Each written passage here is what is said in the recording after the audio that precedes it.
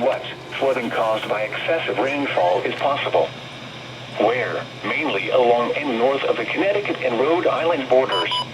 This watch includes the cities of Springfield, Worcester, and Boston. Oh, When? I'm in that From then. Thursday morning through Thursday evening. Impacts. Creeks and streams may rise out of their banks. Flooding may occur in poor drainage and urban areas. Additional details.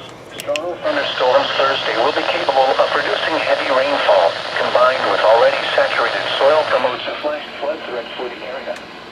http://www.weather.gov/safety/flood.